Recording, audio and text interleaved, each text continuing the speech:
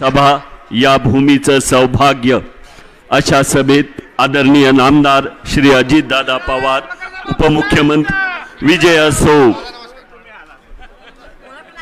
माननीय आमदार श्री मकरंदजी पाटील, आदरणीय खासदार श्रीमंत छत्रपती उदयन महाराज भोसले आदी मान्यवरांचं सहर्ष स्वागत।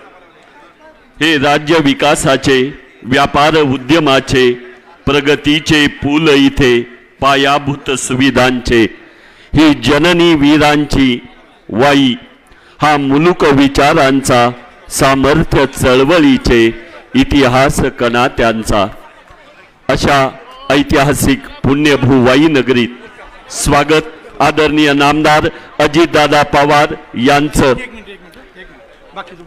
सन्माननीय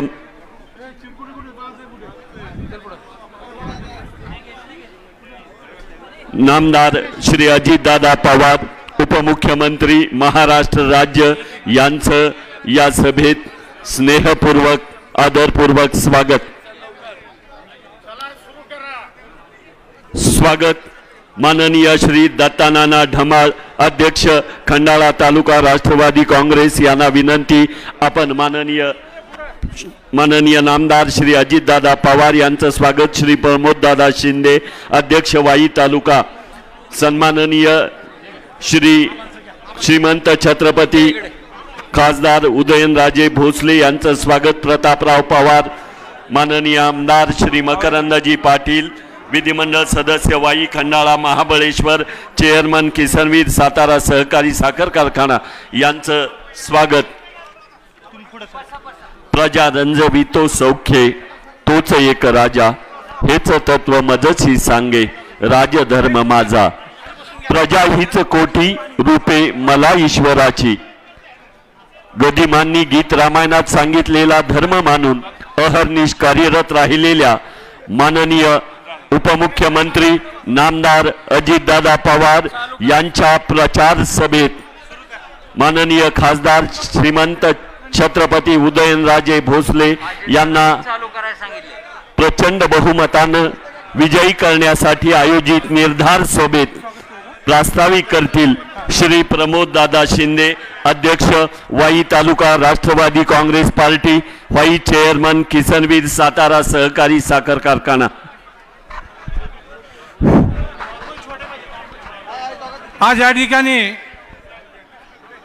येणाऱ्या 7 तारखेला होऊ घातलेल्या लोकसभेच्या निवडणुकीच्या निमित्तानं सातारा लोकसभा मतदारसंघाचे महायुतीचे अधिकृत उमेदवार, आपल्या सर्वांचे नेते आदरणीय श्रीमंत छत्रपती उदयनराजे भोसले महाराज यांच्या प्रचारार्थ आजच्या या सभेला उपस्थित असणारे आपल्या सर्वांचे नेते, राज्याचे उपमुख्यमंत्री आणि आपणा सर्वांचे आदरणीय नेते अजितदादा पवार साहेब, या कार्यक्रमाला मेळाव्याला उपस्थित असणारे आपल्या वाई महाबळेश्वर खंडाळा विधानसभा मतदारसंघाचे जननायक आमदार, किसनवीर कारखान्याचे चेअरमन मकरंदाबा पाटील, त्याचबरोबर भारतीय जनता पक्षाचे अध्यक्ष धैर्यशील दादा कदम, या ठिकाणी उपस्थित असणारे प्रांतिकचे राष्ट्रवादी काँग्रेस पक्षाचे चिटणीस प्रतापराव पवार, अमितदादा कदम, अशोक बाबू, त्याचबरोबर मंचकावर उपस्थित असणारे वाई महाबळेश्वर खंडाळा तिन्ही तालुक्यांचे सर्व पक्षांचे अध्यक्ष, विविध संस्थांचे सर्व पदाधिकारी, मंचकावर उपस्थित असणारे सर्व नेतेगण आणि या मेळाव्यासाठी उपस्थित असणारे आपण सर्व माता भगिनी, तरुण मित्रांनो आणि पत्रकार बंधूंनो, आपणा सर्वांना कल्पना आहे की गेले अनेक दिवस लोकसभा निवडणुकीच्या निमित्तानं या ठिकाणी प्रचाराची रणधुमाळी चालू आहे। आता हा प्रचार अंतिम टप्प्यात या ठिकाणी आलेला असताना आज या ठिकाणी आपल्या सर्वांचे नेते दादांची या ठिकाणी सभा या ठिकाणी आपण आयोजित केलेली आहे। आपणा सर्वांना कल्पना आहे की या लोकसभा मतदारसंघामध्ये 1999 पासून राष्ट्रवादी काँग्रेस पक्षाचं प्राबल्य होतं आणि आज ही राष्ट्रवादी काँग्रेस पक्षाची ताकद निश्चितपणाने आपण सर्वांना उल्लेखनीय आहे। आज या ठिकाणी वाई महाबळेश्वर खंडाळा विधानसभा मतदारसंघाचा मेळावा या ठिकाणी आपण आयोजित केलेला आहे।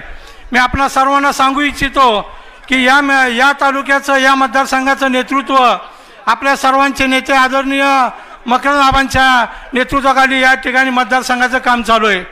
आपल्या सर्वांना कल्पना आहे की आपल्या तालुक्यातील आपल्या सर्वांचे दुसरे नेते जिल्हा बँकेचे चेअरमन नितीन काका यांनाही लोकसभेची उमेदवारी मिळावी अशी अपेक्षा आपल्या सर्वांची होती, परंतु काही अडचणीमुळं आणि या तिन्ही पक्षाच्या युतीनं हा निर्णय घेतला आणि महाराज साहेबांना या ठिकाणी उमेदवारी दिली। आज ज्या वेळेला उमेदवारी दिली त्यावेळेलाच निश्चितपणानं आपण सर्वजण महाराज साहेबांच्या कामासाठी या ठिकाणी कार्यरत सगळेजण झालेलो आहोत। आज मी आपल्या सर्वांना एवढीच विनंती या मेळाव्याच्या निमित्तानं करतोय, प्रास्ताविक करत असताना की ज्या नेत्यांनी म्हणजे आपल्या अजितदादांनी गेले अनेक वर्षापासून या मतदारसंघाचा विकास करण्यासाठी अतिशय महत्त्वपूर्ण भूमिका बजावली। आपल्या तालुक्यातील प्रत्येक वाडी वस्तीवर कोट्यावधी रुपयाची कामं या ठिकाणी चालू करण्यासाठी आणि वाई शहर असेल, पाचगणी असेल, महाबळेश्वर असेल या ठिकाणी खूप काही मोठ्या प्रमाणात विकासाची कामं झाली। ही विकासाची कामं निव्वळ अजितदादांच्या माध्यमातूनच झाली याची जाणीव आपल्या सगळ्यांना आहे। त्यामुळे अजितदादांच्या विचारानं या ठिकाणी जे उमेदवार दिले गेले आहेत आपले महाराज साहेब, निश्चितपणानं हा मतदारसंघ दादा या महाराज साहेबांच्या पाठीशी अतिशय ठामपणानं उभा राहील अशा पद्धतीची ग्वाही या ठिकाणी मी तालुका अध्यक्ष या नात्याने देतो। आपण अल्पावधीतच हा मेळावा आयोजित केला आणि या मेळाव्यासाठी आपण सर्वजण बहुसंख्येनं उपस्थित राहिला। कालच आपल्या सगळ्यांना निमंत्रण दिलं गेलं आणि आज आपण एवढ्या बहुसंख्येनं उपस्थित राहिल्याबद्दल मी आपल्या सर्वांचं मनपूर्वक स्वागत करतो। त्याचबरोबर मी दादांना आपल्या सगळ्यांच्या वतीनं शब्द देतो की दादा ज्या पद्धतीनं विकासाची गंगा तुम्ही या जिल्ह्यामध्ये या मतदारसंघामध्ये आणली त्याच पद्धतीचं निश्चितपणानं भरगोच्च मतदान हे उदयन महाराज साहेब यांना निश्चितपणानं आपण करू। येणाऱ्या 7 तारखेला कमळाच्या चिन्हाच्या समोरचं बटन दाबून महाराज साहेबांना प्रचंड मताधिक्याने विजय करण्याची भूमिका आपण सगळ्यांनी घ्यायची आणि ही घेत असताना वाई महाबळेश्वर खंडाळा हा मतदारसंघ आबांच्या नेतृत्वाखाली कुठेही कमी पडणार नाही एवढा शब्द दादा तुम्हाला या ठिकाणी तालुका अध्यक्ष या नात्याने देतो। आपणा सर्वांचं मनपूर्वक स्वागत करतो या मतदारसंघात। दादा आपलं पुन्हा एकदा स्वागत करून माझे 2 शब्द पुरे करतो। धन्यवाद। जय हिंद, जय महाराष्ट्र। धन्यवाद दादा। सजगता आणि लोककर्तव्याची जाणीव जपणाऱ्या कार्यकर्त्यांच्या या सभेत सन्माननीय संजू बाबा गायकवाड, पूर्व सभापती पंचायत समिती महाबळेश्वर। मधलं काय घालूच नका माने साहेब, डायरेक्ट नाव घ्या तुम्ही। धन्यवाद। माने साहेब तुम्हाला हाक मारतो। आज या वाई नगरीमध्ये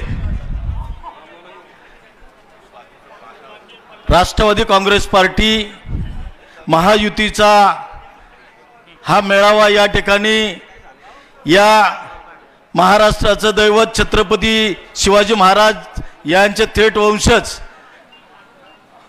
श्रीमंत छत्रपती उदयनराजे भोसले यांच्या लोकसभेच्या निवडणुकीच्या संदर्भामध्ये आज ही सभा लावण्यात आलेली आहे आणि या सभेसाठी उपस्थित असलेले वयोवृद्ध तरुण सहकारी माता भगिनी यांच्या हृदयावरती ठसा उमटवणारं नेतृत्व या महाराष्ट्राचे कर्तबगार उपमुख्यमंत्री सन्माननीय अजितदादा पवार, त्याचबरोबर सन्माननीय उदयनराजे भोसले, आपल्या वाई विधानसभा मतदारसंघाचे लोकप्रिय जननायक आमदार मकरंदबा पाटील आणि उपस्थित मंचकावरचे सर्व मान्यवर बंधू आणि भगिनीनो, खरं तर दादा या वाई विधानसभा मतदारसंघामध्ये निवडणूक लागल्यापासून अनेक वेळा सन्माननीय आमदार मकरंदाबांनी या ठिकाणी बैठका घेऊन सर्व कार्यकर्त्यांना सूचना देऊन खरं तर थोडा उशीर झाला, कारण लग्न घरामध्ये असल्या कारणानं त्यांना वेळ मिळत नव्हता, परंतु या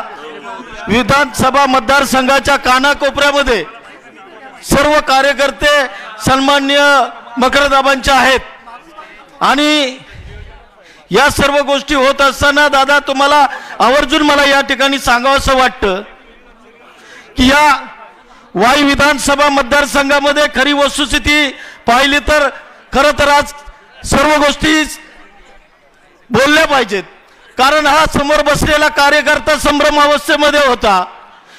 राष्ट्रवादी काँग्रेस पार्टीचा विचार घेऊन आपण या ठिकाणी या राज्यभर फिरत असताना मागील 2-3 वर्षामध्ये आपण खरं तर या वाई विधानसभा मतदारसंघातील आमचं नेतृत्व करणारे स्वर्गीय लक्ष्मण दात्यांचे चिरंजीव सन्माननीय काकांना आपण लोकसभेची जी उमेदवारी देऊ असं 2 वर्षापूर्वी जाहीर केलं होतं आणि खऱ्या अर्थानं हा कार्यकर्ता कामाला लागला आणि कामाला लागत असताना प्रत्येक गावगाव पिंजून काढलं आणि आपण महायुतीच्या सोबत काम करण्याचं ठरलं। महायुती स्थापन झाल्यानंतर महायुतीनं देखील त्या ठिकाणी हा सातारा लोकसभा मतदारसंघ खऱ्या अर्थानं राष्ट्रवादीला सोडला असं जाहीर करण्यात आलं आणि तदनंतर खऱ्या अर्थानं काय वरच्या लेवलला घडलं कार्यकर्त्याला काहीच माहित नाही आणि ही माहित नसणारा कार्यकर्ता संभ्रम अवस्थेमध्ये होता आणि संभ्रम अवस्था काढण्यासाठी आम्ही सर्व प्रयत्न करत होतो, परंतु कार्यकर्त्यांची संभ्रम अवस्था कालपर्यंत देखील तशीच परिस्थिती होती। परंतु खरं तर एकतर अशी परिस्थिती निर्माण झाली की सन्माननीय उदयन महाराजांना या लोकसभा मतदारसंघातून लढवायचं ठरलं। मग लढवत असताना आमच्या काकांचं काय हा प्रश्न निर्माण कार्यकर्त्यांसमोर झाला आणि आमच्या आबांनी त्या ठिकाणी महायुतीमध्ये सामील झाले। महायुतीमध्ये त्यांना मंत्रिपद देखील मिळालेलं आहे आणि आज काकांना लोकसभेची उमेदवारी देखील नाही। मग या संभ्रम अवस्थेमध्ये या वाई खंडाळा आणि महाबळेश्वरचा कार्यकर्ता होता, परंतु त्यांची समजूत काढण्यासाठी सक्षमपणे आबा उभे होते आणि त्याच पद्धतीने त्यांनी समजूत काढलेली आहे आणि खऱ्या अर्थानं आपण महाराजांना ज्यावेळेस उमेदवारी जाहीर केली त्यानंतर आम्हाला वाटलं की आपण राष्ट्रवादीला हा मतदारसंघ सोडलेला आहे। महाराज गेल्या अनेक वेळा 3 वेळा या मतदारसंघातल्या माणसांनी राष्ट्रवादीच्या घड्याळावरती महाराज साहेबांना निवडून दिलेलं आहे। मग आज महाराज घड्याळच घेऊन उभे राहतात की काय ही परिस्थिती कार्यकर्त्यांच्या मध्ये होते। आम्हाला काय उमेदवार कोणी द्या परंतु घड्याळवाला द्या अशा अवस्थेमध्ये या मतदारसंघातला कार्यकर्ता होता आणि त्याची बरोबर इच्छा होती की खरोखर आपण अजितदादांचे हात बळकट करण्यासाठी या घड्याळाच्या पाठीमागे आपण सर्व कार्यकर्ते गेलेलो आहोत।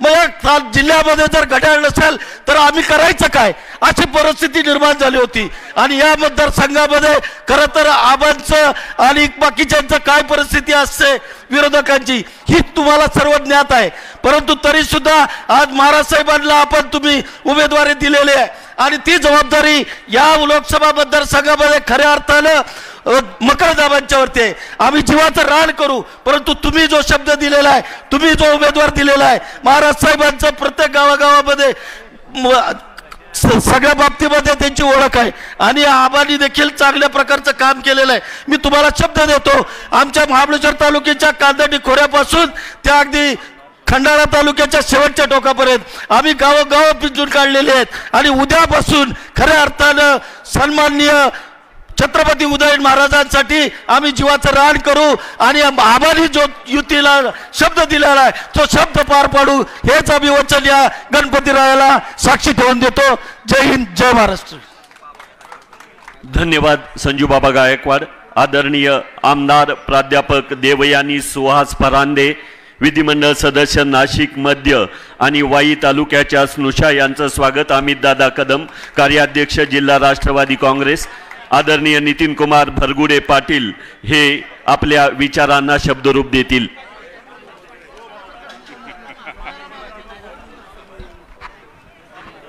तुम्हा सर्वांचे नेते आणि राज्याचे नेते खऱ्या अर्थानं यशवंतराव चव्हाण साहेबांचे वारसदार आणि महाराष्ट्राचा उद्याच्या सामान्य जनतेचा स्वाभिमान आदरणीय नामदार अजितदादा पवार साहेब, तुम्हा सर्वांचे लोकसभेचे उमेदवार छत्रपती शिवाजी महाराजांचे थेट 13वे वंशज आदरणीय छत्रपती उदयनराजे भोसले साहेब, वाई खंडाळा महाबळेश्वर तालुक्याचे कर्तबगार आमदार तुम्हा सर्वांचे नेते आदरणीय मकरंदजी पाटील साहेब, आदरणीय देवयानी फरांदे, व्यासपीठावरची सर्वच मंडळी।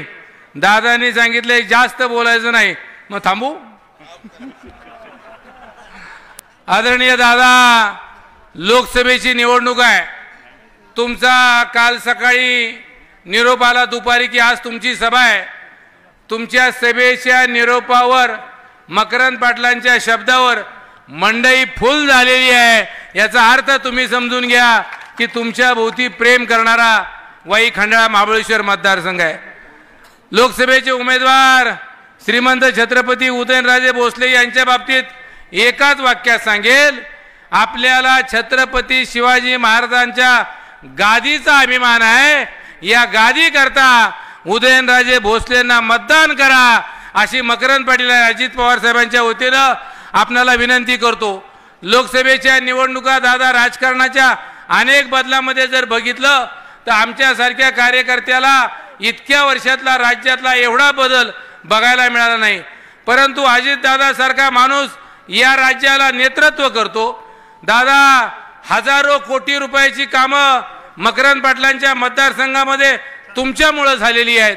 आणि मग हे करत असताना आज जर राज्याची परिस्थिती बघितली किंवा देशामध्ये जर कुठं बघितलं तर अजितदादांच्याकडे सर्वांचं लक्ष आहे. म्हणून करता तुमच्या आमच्या दृष्टीनं उद्याची निवडणूक करत असताना आदरणीय अजितदादांचं नेतृत्व या राज्यामध्ये देशामध्ये भरलं पाहिजे. अनेक लोक वेगवेगळ्या पद्धतीने बोलत असतात, परंतु खऱ्या अर्थानं निवडणुका आल्या की चव्हाण साहेबांचं नाव सगळेच जण घेतात. परंतु ते नाव घेण्याचा या राज्यामध्ये फक्त एकाच माणसाला अधिकार आहे. जसं बोलतो तसा वागतो. ज्या पद्धतीने एखाद्याला नाही पटलं तर नाही म्हणणारा, पटलं तर हो म्हणणारा, या पद्धतीचा नेता जर कोण असेल तर ते अजितदादा पवार साहेब आहेत. म्हणून करता आपणाला या निवडणुकीकडे बघत असताना या राज्याचे नेते अजितदादांच्या बाबतीमध्ये खरं तर आम्हा सर्वांना एवढा अभिमान आहे की अजितदादांच्याकडे बघूनच राज्य फुलतं, राज्याचं नेतृत्व निश्चितपणानं मोठं होत असतं. आणि चव्हाण साहेबांचा कालखंड, चव्हाण साहेबांचा सातारा जिल्हा, छत्रपती शिवाजी महाराजांचा सातारा जिल्हा, क्रांतिसिंह नाना पाटील, किसनवीर आबा, यशवंतराव चव्हाण, बाळासाहेब देसाई, ज्योतिबा फुले, महात्मा ज्योतिबा फुले, सावित्रीबाई फुले, भली मोठी मोठी माणसं या जिल्ह्यामध्ये जन्माला आलेली आहेत. आणि म्हणून करता या जिल्ह्याचा वारसा जर टिकवायचा असेल, दादा राज्यामधल्या निवडणुकीमध्ये सातत्यानं कार्यकर्त्यांचं लक्ष अजित पवार साहेबांच्याकडे असतं.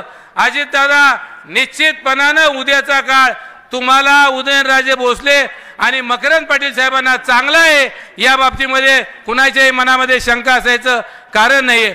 दादा शेवटी निवडणुका म्हटलं की आमचे उदयनराजे भोसले साहेब, खासदार साहेब, मी त्यांना परवा सांगितलं, तुम्ही निव्वळ आमच्याकडे बघून हसलात ना तरी कार्यकर्त्यांची कामं होत असतात. त्यामुळे तुमचं ते फील वेगळं आहे. आणि मग या निवडणुकीमध्ये बघत असताना अजितदादा तुम्ही तर जिंकणार आहातच आहात, परंतु एक नक्की आहे, तुमच्या भाषणाने आम्हाला खूप काही शिकवलंय, तुमच्याकडनं खूप काही शिकतासारखं आहे. दादाला विलन करून जर राज्यात कुणाला वाटत असेल आम्ही सगळे मोठे होणार आहे तर ते होऊ शकत नाहीत. दादाच मोठा होऊ शकतो एवढी ताकद निश्चितपणानं दादांच्यामध्ये आहे. निवडणुकीकडे बघितलं तर कुणी आयऱ्यासारखा सैर्या उठतो आणि दादांच्याकडे बोलायचा प्रयत्न करतो. तुझी उंची किती, तुझी लायकी काय, तू माझ्यावर बोलू शकत नाही, ते दादांच्यावर काय बोलतो. तेव्हा आपापली उंची आपण प्रत्येकाने बघितली पाहिजे. एवढंच मला या निमित्ताने सांगायचं आहे. दादा खरं तर बोलण्यासारखं खूप आहे. या राज्यामधला, या जिल्ह्यातला एक काळ तर मकरंद पाटलांच्या मतदारसंघामध्ये 1100 कोटी रुपयाची कामं अजितदादांनी केलेली होती. दादा ती आत्ता सुद्धा एवढ्या मोठ्या प्रमाणामध्ये आमच्या मतदारसंघात कामं आहेत. आणि मग उद्याची निवडणूक बघत असताना मकरंद पाटील, उदयनराजे भोसले साहेब आणि अजितदादा यांच्याकडे बघूनच ही निवडणूक करावी. यापेक्षा आधी काही न बोलता आदरणीय मकरंदाबा, आदरणीय उदयनराजे भोसले, अजितदादांना मनापासून शुभेच्छा देऊन या ठिकाणी थांबतो. जय हिंद, जय महाराष्ट्र. माननीय श्री अशोकराव बापू गायकवाड, अध्यक्ष पश्चिम Maharashtra Republican party of India.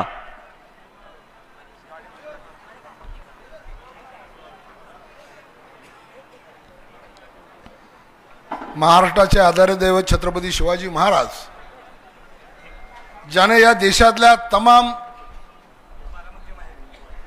माणसांना या देशाचं मालक बनवलं आणि या देशातल्या प्रत्येकाला मताचा अधिकार प्राप्त करून दिला ते परमपूज्य डॉक्टर बाबासाहेब आंबेडकर आज लोकसभेच्या निवडणुकीसाठी प्रचार दौऱ्यावर उपस्थित असलेले महाराष्ट्राचं खंबीर नेतृत्व, त्याचबरोबर ज्यांच्या नावात दादा आहे, ज्यांच्या मनगडात दादा आहे आणि ज्याच्या विचारात दादा आहे, असे आमच्या सगळ्यांचे आदरणीय दादा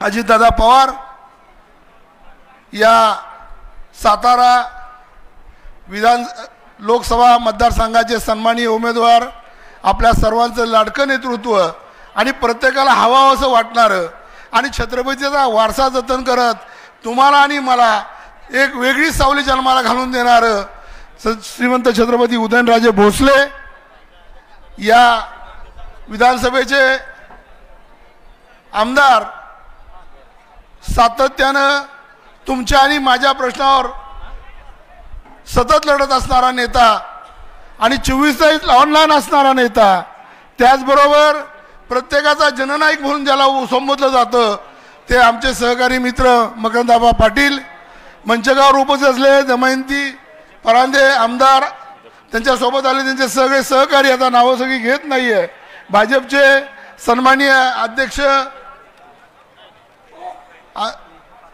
माननीय कदम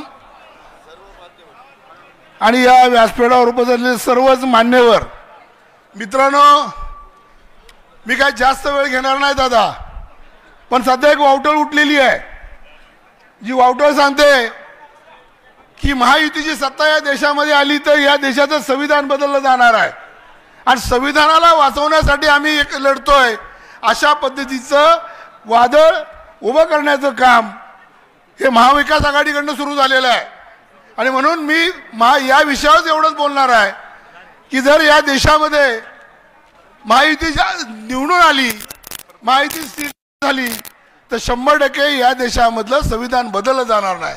याचं कारणच असं आहे, या देशाचे पंतप्रधान आदरणीय मोदी साहेब ज्यावेळेला या देशाचे पहिल्यांदा पंतप्रधान झाले आणि ते संसदमध्ये गेले, संसदमध्ये गेल्यावर संविधानावर नतमस्तक होऊन ज्यांनी शपथ घेतली आणि सांगितलं की हा माझा राष्ट्रग्रंथ आहे, असा पंतप्रधान या देशाचं संविधान बदलू शकतो का?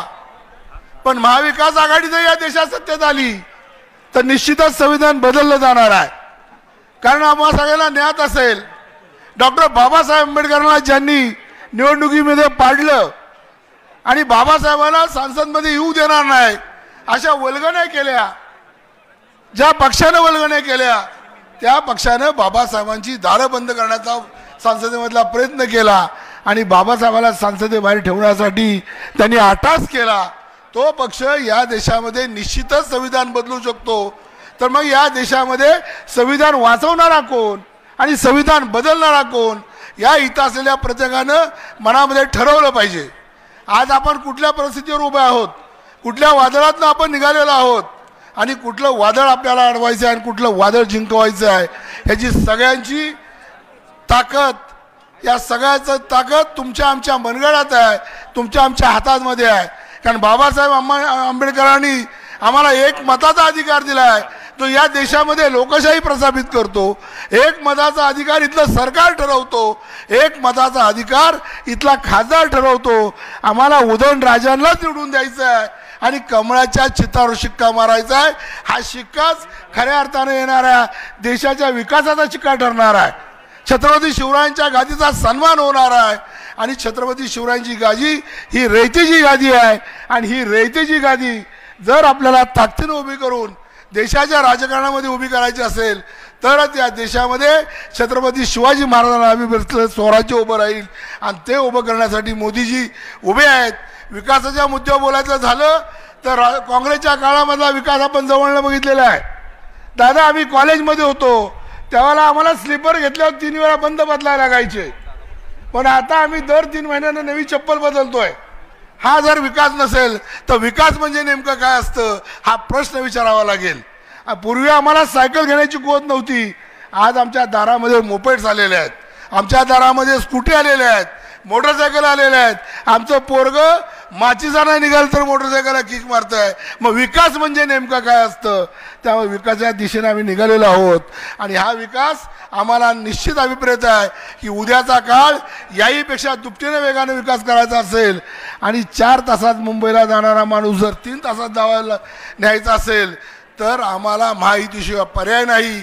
आणि म्हणून आमच्या नेत्यांनी या सगळ्यांच्या अगोदर निर्णय घेतला आणि महायुतीसोबत जाऊन युतीची महायुती केली आणि दादासारख्या नेतृत्वानं या महायुतीला प्रबल करण्यासाठी आणि महाराष्ट्रातला विकास वाढवण्यासाठी, शेतकऱ्याला सुरक्षित करण्यासाठी, कारखान्यांना सुरक्षित करण्यासाठी आणि या देशामध्ये आडल्या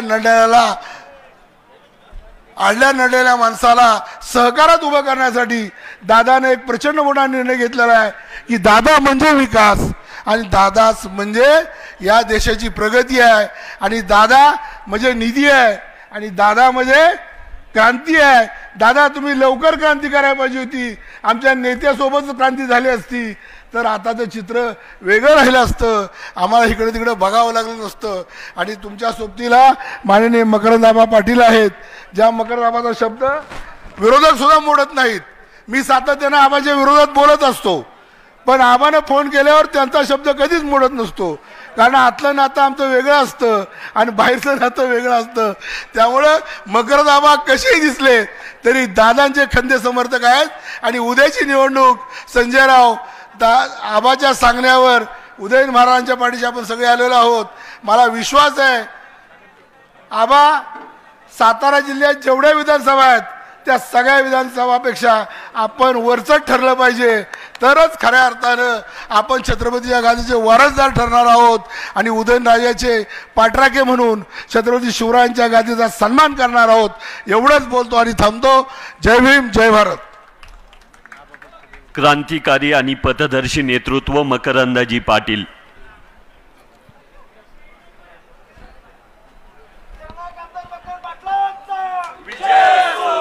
उद्याच्या 7 तारखेला होऊ घातलेल्या लोकसभेच्या निवडणुकीच्या निमित्तानं Bharatiya Janata party, Rashtravadi Congress, Shivsena, Republican party आणि अन्य मित्र पक्षांचे अधिकृत उमेदवार छत्रपती उदयनराजे भोसले यांच्या प्रचाराच्या निमित्तानं आजच्या आपल्या वाईच्या सभेला आपल्या सगळ्यांना मार्गदर्शन करण्याकरता उपस्थित असणारे आपल्या सगळ्यांचे नेते, या राज्याचे कर्तबगार उपमुख्यमंत्री आदरणीय अजितदादा, महायुतीचे अधिकृत उमेदवार आदरणीय छत्रपती उदयनराजे भोसले, आजच्या कार्यक्रमाला आवर्जून उपस्थित असणाऱ्या नाशिक विधानसभा मतदारसंघाच्या सन्माननीय आमदार देवयानीताई फरांदे, भाजपचे जिल्ह्याचे अध्यक्ष धैर्यशील दादा कदम, रिपब्लिकन पार्टीचे प्रमुख अध्यक्ष अशोक बापू गायकवाड, ज्येष्ठ नेते आदरणीय बकाजीराव आबा, जिल्हा बँकेचे चेअरमन नितीन पाटील, उदयराव कबुले, नितीन बापू, शशीदादा, मी आता नावं सगळ्यांची घेत नाही. मंचकावरच्या सगळ्यांची माफी मागून मंचकावर उपस्थित असणारे सर्व मित्र पक्षांचे आणि राष्ट्रवादीचे सर्व सन्माननीय मान्यवर, आणि काल दुपारी मला 1 वाजता फोन आला की उद्या दादांची सभा आयोजित करायची आणि अतिशय अल्प वेळेमध्ये एवढ्या संख्येने उपस्थित असणारे सर्व माझे तिन्ही तालुक्यामधील उपस्थित मान्यवर बंधू भगिनी, पत्रकार बंधू आणि माझ्या तरुण आणि सहकारी मित्रांनो, उद्याच्या 7 तारखेला आपण सगळेजण लोकसभेच्या निवडणुकीच्या निमित्तानं मतदानाला सामोरं जाणार आहे आणि आजची ही सभा ही आपल्या महायुतीचे उमेदवार आदरणीय छत्रपती उदयनराजे भोसले यांना आपल्या उद्या लोकसभेमध्ये प्रचंड मताधिक्यानं विजयी करण्याच्या संदर्भातली भूमिका ही आपल्याला त्या ठिकाणी घ्यावी लागणार आहे. खरं तर आधीच्या वक्त्यांनी सांगितलं नितीन काही लोकसभेला स्वतः काही इच्छुक नव्हता, परंतु दादांची इच्छा होती की नितीनला आपण लोकसभेला त्या ठिकाणी उमेदवारी देऊ. परंतु ज्या वेळेला महायुती असते 3 पक्ष 4 पक्ष ज्या वेळेला एकत्र येऊन हे उमेदवारी अंतिम करण्याचा निर्णय घेत असतात त्यावेळेला काही चर्चा झाली असेल आणि त्या माध्यमातून छत्रपती शिवरायांचे 13वे वंशज खासदार उदयनराजेंना उमेदवारी देण्याचा निर्णय हा महायुतीने घेतला. दादा आमच्या मतदारसंघातल्या लोकांना वाटत होतं की नितीनला उमेदवारी मिळावी आणि ती न मिळाल्यामुळं थोडेसे या मतदारसंघामधील आपले सगळे कार्यकर्ते हे थोडेसे नाराज झाले आणि दरम्यान काय झालं की आमच्याही कुटुंबातलं लग्न होतं की ज्या लग्नाला आपण परवा आला होता आणि त्यामुळं लोकांमध्ये असा समज झाला की चला आबाई नाराज दिसतायत, आबांचे कार्यकर्तेही नाराज दिसतायत, अशा पद्धतीचा एक मेसेज वाई विधानसभा मतदारसंघामध्ये त्या ठिकाणी गेला आणि जिल्ह्यामधली लोक सुद्धा मला म्हणायला लागली, चॅनेलवाले असतील, आमचे पत्रकार मित्र असतील, हे सगळे आमचे मित्रमंडळी म्हणायला लागली की आबा वाई विधानसभा मतदारसंघामध्ये काम कधी सुरू होणार. तर मी त्यांना सांगितलं काळजी करू नका, हा वाई विधानसभा मतदारसंघामधील मतदार कार्यकर्ता हा विचारानं बांधला गेलेला कार्यकर्ता, हा काही क्षणिक कुठल्या मोहानं आणि कुठल्या एखाद्या गोष्टीनं हा कार्यकर्ता इकडं तिकडं सैरभैर होणारा कार्यकर्ता नाही. हा कार्यकर्ता कैलासवासी चव्हाण साहेबांच्या मातीमध्ये या कार्यकर्त्यानं जन्म घेतलाय. कैलासवासी आबासाहेब वीरांनी ज्या मातीमध्ये आपलं कर्तृत्व सिद्ध केलं त्या मातीमधला हा कार्यकर्ता आहे. मग तात्या असतील, आदरणीय मदनराव अप्पा असतील, या सगळ्या मंडळींच्या मुशीतला किंबहुना अलीकडं दादा आपल्याला मानणारा या मतदारसंघामध्ये कार्यकर्ता तयार झाला आणि निश्चितपणानं एका विशिष्ट विचारातनं हा कार्यकर्ता जोडला गेला. मी तमाम कार्यकर्त्यांना आज आवाहन करेन की एक लक्षात ठेवा, ही निवडणूक आपल्या सगळ्यांच्या दृष्टीनं खूप महत्त्वाची निवडणूक आहे. तुम्हाला सगळ्यांना कल्पना आहे 2 कारखान्यांची ओझी आपण उरावर घेतली. कर्जबाजारी कारखाने 1000 कोटीचं कर्ज असणारे दोन्ही कारखाने आपण तुमच्या सगळ्यांच्या आग्रहाखातर ताब्यामध्ये घेतले. आज या संस्था अडचणीमध्ये, कारखान्यांची खाती थकीत झालेली आहेत, 4 वर्ष झालं, बँकांच्या जप्तीच्या नोटीस आहेत आणि मग या पार्श्वभूमीवर आपण दादांच्या सोबत जाण्याचा निर्णय हा तुम्हाला सगळ्यांना विचारून त्यावेळेला घेतला. हे करत असताना दादा असतील, राज्याचे मुख्यमंत्री एकनाथराव शिंदे साहेब असतील, दुसरे आपले उपमुख्यमंत्री आदरणीय देवेंद्रजी फडणवीस साहेब असतील, या तिन्ही नेत्यांनी आपल्याला आपल्या कारखान्यांना थक हमी देण्याचा निर्णय हा त्या ठिकाणी घेतलेला आहे. एकूण 1900 कोटीची 13 कारखान्यांना थक हमी सरकारनं मान्य केली.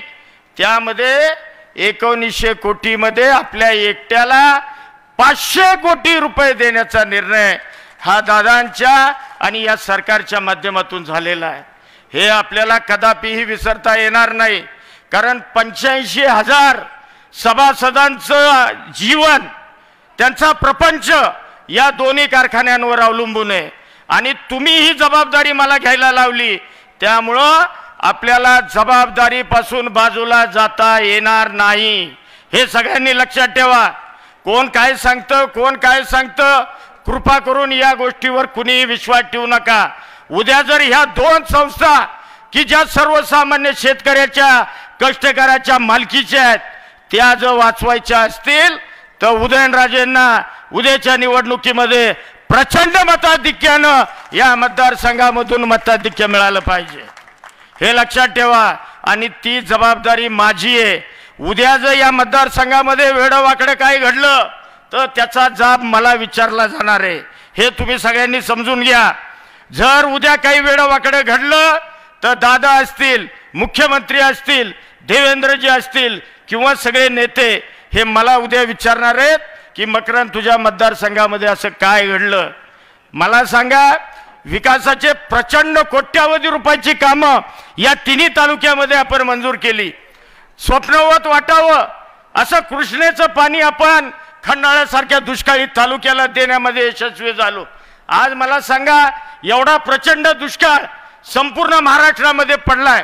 कालच आपण परवा 2 दिवसापूर्वी पिण्याच्या पाणी हे बलकवडीच्या कॅनॉलमध्ये आपण सोडलं आणि खंडाळा तालुक्यातील गावांना पिण्याच्या पाण्याच्या संदर्भातली भूमिका किंवा त्या लोकांना दिलासा देण्याचं काम या निमित्तानं आपण केलेलं आहे. देवघरचंही पाणी आपण 65व्या किलोमीटरपर्यंत महाबळे म्हणजे वाघोशीपर्यंत त्या ठिकाणी नेण्यामध्ये आपण यशस्वी झालो.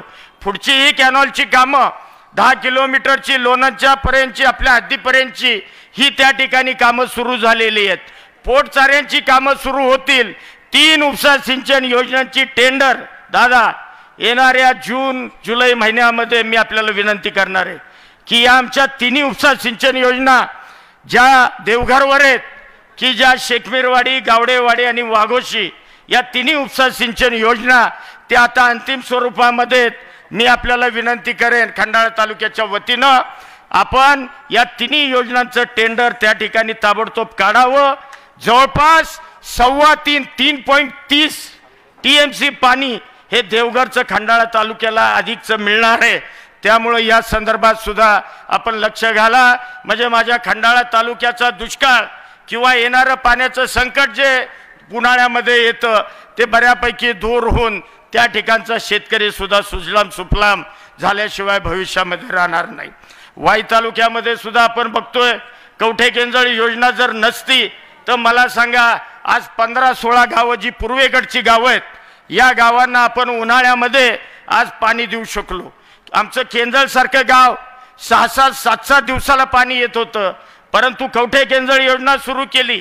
वेळासारखं आमचं गाव असेल, आमचं गुळुंब असेल, चांदक असेल, अगदी इकडं शेंदूरजणं बोपर्डीपर्यंत या सगळ्या गावांना या कवठे केंजळच्या पाण्याचा लाभ झाला आहे. आणि निश्चितपणानं शिरगाव आनवडी असेल इथं सुद्धा आपण येणाऱ्या 4 दिवसामध्ये हे पाणी पोचवण्याचा प्रामाणिकपणानं प्रयत्न करतोय. म्हणजे कवठे केंजळची योजना सुद्धा दादांच्यामुळंच झाली, त्यामुळं आपल्या गावांचा काही प्रश्न मिटलाय. धोम डाव्या उजव्यामुळं काही गावांचा प्रश्न मिटतोय. जललक्ष्मीच्या योजनेमुळं, जललक्ष्मीची योजना दादांमुळंच झाली, त्यामुळं पश्चिम भागातल्या या भागाचा सगळ्या शेतीचा आणि पिण्याच्या पाण्याचा प्रश्न मिटलेला आहे. आता दादा या खोऱ्यामध्ये एक आपल्याला जांभळीचा केटीवेर त्याची कॅपॅसिटी वाढवून जसं जललक्ष्मी केली तशी या खोऱ्यामध्ये सुद्धा आपल्याला लवकरात लवकर ती योजना मंजूर करावी लागणार आहे. आणि जे नागेवाडीचं सुद्धा आपण कॅनॉल पूर्ण केले आपल्याच काळामध्ये, आप्पांनी धरण बांधलं, त्याच्यानंतर कॅनॉलची कामं ही माझ्या काळामध्ये त्यावेळेला पूर्ण झाली. त्यामुळं माझ्या भावजांच्या वाड्या वस्त्या यांना सुद्धा शेतीचा आणि पिण्याच्या पाण्याचा प्रश्न हा दूर झालेला आहे. महाबळेश्वर असेल, महाबळेश्वर तालुक्यामध्ये सुद्धा अनेक कामं आपण केली. विशेषतः दादा अतिवृष्टी 2-3 वर्षापूर्वी झाली. ताई 24 तासामध्ये 900 मिलीमीटर पाऊस हा माझ्या महाबळेश्वर तालुक्यामध्ये झाला. जे काही आपण सगळे इन्फ्रास्ट्रक्चर, रस्ते असतील, पूल असतील, सगळ्या शाळा असतील, अनेक इन्फ्रास्ट्रक्चर आपण जे उभं केलं होतं 70-75 वर्षामध्ये, एका रात्रीमध्ये त्याचं होत्याचं नव्हतं झालं. परंतु दादांना मी विनंती केली की दादा, आपण महाबळेश्वर तालुक्यामध्ये हे त्या ठिकाणी जी आमची दुरावस्था झाली, वाईच्या पश्चिम भागामध्ये अनेक गावांमध्ये काही लोक मृत झाली, जोर असेल, कोंडावळचे असेल, देवरुखवाडी, अशा लोकांचे खूप हाल झाले. दादांनी स्वतः व्हिजिट केली आणि मी तुम्हाला नम्रपणानं सांगतो, एकट्या महाबळेश्वर तालुक्यामध्ये 2 वर्षामध्ये 400 पूल, छोटे मोठे पूल आपण बांधले. कोट्यावधी रुपये दादांनी आपल्याला दिले. रस्ते वाहून गेले होते, ते रस्ते सगळे आपण पूर्ववत करण्याचा प्रयत्न केला. वाईच्या पश्चिम भागामध्ये तुम्ही जा, दोन्ही रस्त्यानं जा, खड्डा तर तुम्हाला कुठंच लागणार नाही. परंतु त्या रस्त्यांवरचे सुद्धा मोऱ्या सगळ्या काढल्या आणि सगळे पूल आपण त्या रस्त्यांवर उभे केले. अनेक कामं या निमित्तानं करण्याचा आपण सगळ्यांनी प्रयत्न केलेला आहे. कालच्याच दादा 2 दिवसामध्ये तुम्ही 1000 कोटी आम्हाला मंजूर करून दिले, 2च दिवसात. म्हणजे क्षेत्र महाबळेश्वरच्या विकास आराखड्याला 197 कोटी, त्याचबरोबर प्रतापगडच्या विकास आराखड्याला 122 कोटी, 3 वाई, लोणंद, खंडाळा या 3 पाणी पुरवठा योजनांकरता म्हणजे लोणंदला 68 कोटी, वाईला 62 कोटी आणि 38 कोटी माझ्या खंडाळ्याला. 3 नळ पाणी पुरवठा योजना दादा एका दिवसामध्ये तुम्ही मंजूर करून दिल्या. वाईचा ATP प्लांट 22 कोटी आपण मंजूर करून दिले. त्याचबरोबर हॅममधला सुरूर ते प्रतापगड हा हॅममध्ये जवळपास 375 कोटी रुपये हे दादा आपण मंजूर करून दिले. म्हणजे जवळपास 1000 कोटी 2च दिवसात या वाई विधानसभा मतदारसंघाकरता दादांच्या आणि या सरकारच्या कृपाशीर्वादामुळं आपल्याला हे पैसे या मतदारसंघात मिळाले. गावागावामध्ये कोट्यावधी रुपयाची कामं आपण केलीत. त्यामुळं माझी कळकळीची विनंती आहे, उद्या तुम्हाला काही कुणाच्या दारामध्ये जायची गरज नाही. तुम्हाला मकरंद पाटील खंबीर आहे. त्यामुळं माझी विनंती आहे की या मतदारसंघाच्या विकासाची चिंता तुम्ही माझ्यावर सोपवलेली आहे, त्याची तुम्ही बिलकुल काळजी करू नका. फक्त माझी आग्रहाची आणि कळकळीची विनंती आहे की उद्याच्या 7 तारखेला उदयनराजेंचं चिन्ह कमळ, या कमळाच्या चिन्हावरचं बटन दाबायचं आणि त्यांना प्रचंड मताधिक्यानं आपल्याला या वाई विधानसभा मतदारसंघामधून निवडून द्यायचंय. पुन्हा मी तुम्हाला विनंती करतो, जर यामध्ये काही गडबड झाली तर लक्षात ठेवा, मला ही मंडळी माफ करणार नाहीत. मी तुमच्या बाबतीत काय करायचं, नाही तर माझ्या बाबतीत तुम्ही काय करायचं हा निर्णय तुम्हाला घ्यावा लागेल. हे लक्षात ठेवा, तेवढं लक्षात ठेवा. त्यामुळं माझी कळकळीची विनंती आहे, कारण तुम्ही मंडळी, काही मंडळी आपली दुसऱ्या स्टेजवर दिसत आहेत. काय कारण हो तुम्ही दुसऱ्या स्टेजवर जायचं? तुम्ही मला विचारलं होतं, मी तुम्हाला काय सांगितलं होतं? थोडंसं स्वातंत्र्य काही मिळालं, तुम्ही स्वैर व्हायला लागला. ही काही राजकारणाची पद्धत झाली? आपण काही विचारानं बांधलोय का? उगीच आलेली वरात इकडून तिकडं हे या मतदारसंघामध्ये तुमच्याकडून चालणार नाही. त्यामुळं माझी कळकळीची विनंती आहे की कुठलंही वेडवाकडं पाऊल कुठल्याही गावातल्या कार्यकर्त्यानं, कुठल्याही आपल्या मतदारानं हे त्या ठिकाणी टाकायचं नाही. आणि प्रचंड मताधिक्यानं उदयनराजेंना या विधानसभा मतदारसंघातनं आपल्याला त्या ठिकाणी दिल्लीमध्ये पुन्हा पाठवायचं आहे आणि ते काम आपण या ठिकाणी 7 तारखेला करावं ही आग्रहाची आणि कळकळीची विनंती करतो. आणि दादा, आपण या सभेकरता आपली वेळ दिली त्याबद्दल या विधानसभा मतदारसंघाचा प्रतिनिधी म्हणून मी तुमचं, देवयानी ताई तुमचं आणि सगळ्या मान्यवरांचं या ठिकाणी आभार व्यक्त करतो आणि माझे 2 शब्द थांबवतो. जय हिंद, जय महाराष्ट्र. वाई खंडाळा महाबळेश्वर गर्जे, उदयनराजे, उदयनराजे.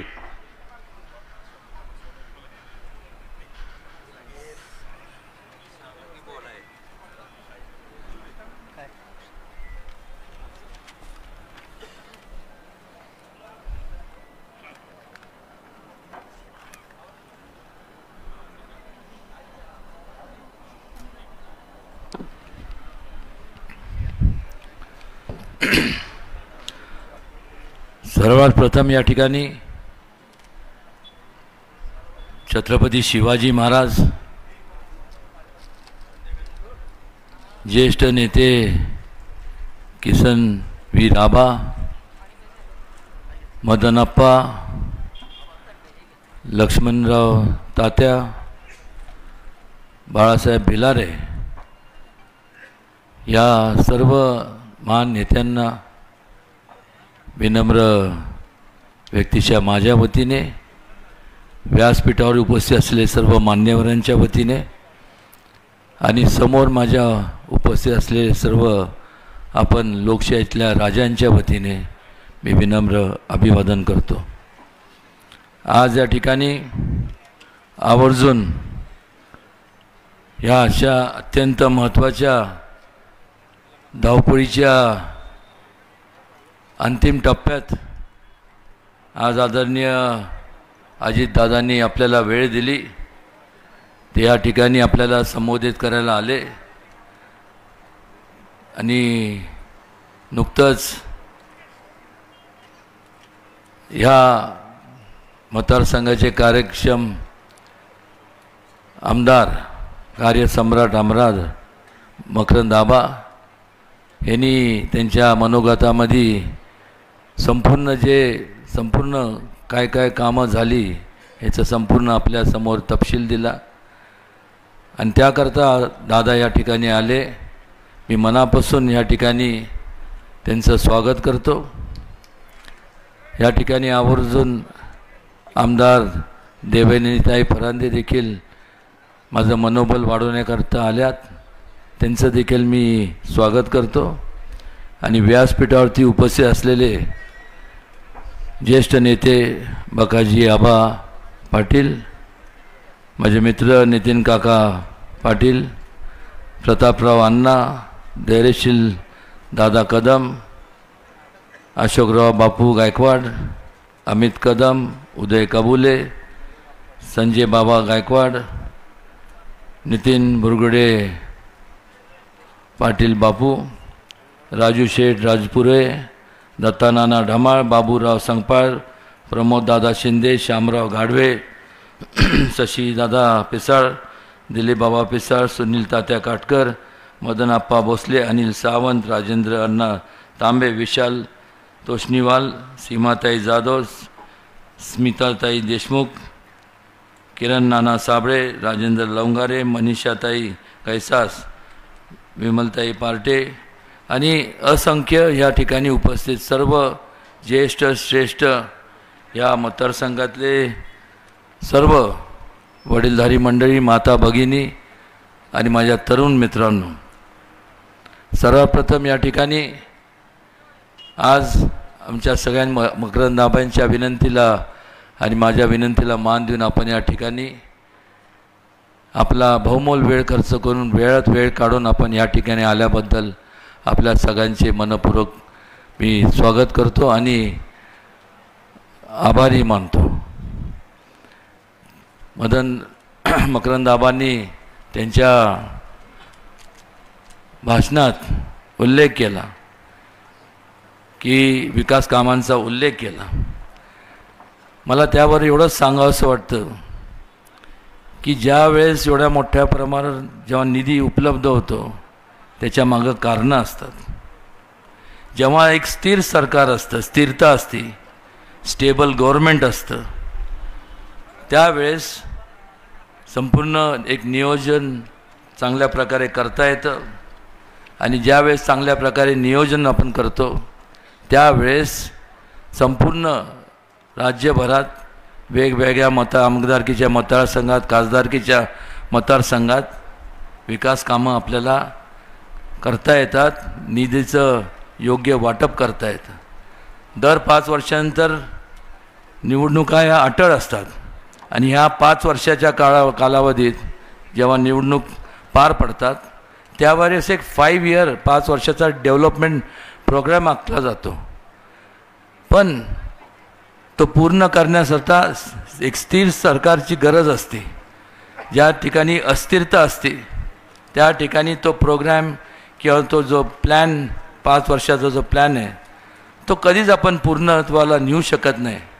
आज महायुतीच्या माध्यमातून अनेकांनी तोंडसुख त्यावेळेस घेतलं की अजितदादा असतील, मग मुख्यमंत्री एकनाथराव शिंदे साहेब असतील की यांनी गद्दारी केली किंवा त्यांनी वेगळा चौथा सुभा निर्माण केला. तसं नाही.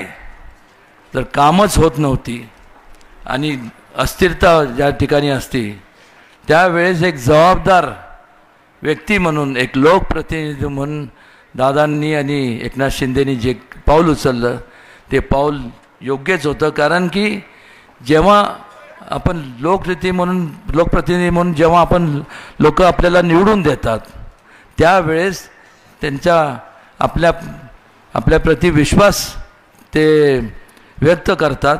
त्या विश्वासाला वाटेल त्या परिस्थितीत तडा जाऊन दिला नाही पाहिजे. हे प्रत्येक लोकप्रतिनिधीचं ती जबाबदारी असते.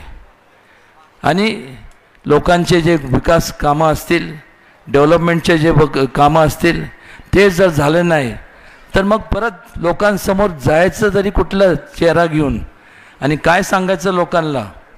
कारण की लोकांचा एकच विचार असतो, आम्ही आपल्याला मतदान केलं, आम्ही आपल्याला निवडून दिलं, त्यामुळे आता तुम्ही आमचे लोकप्रतिनिधी ह्या नात्याने जबाबदारी तुमची आहे की आमचं जे काय संपूर्ण जे आमच्या मूलभूत सुविधा आम्हाला मिळायला पाहिजे.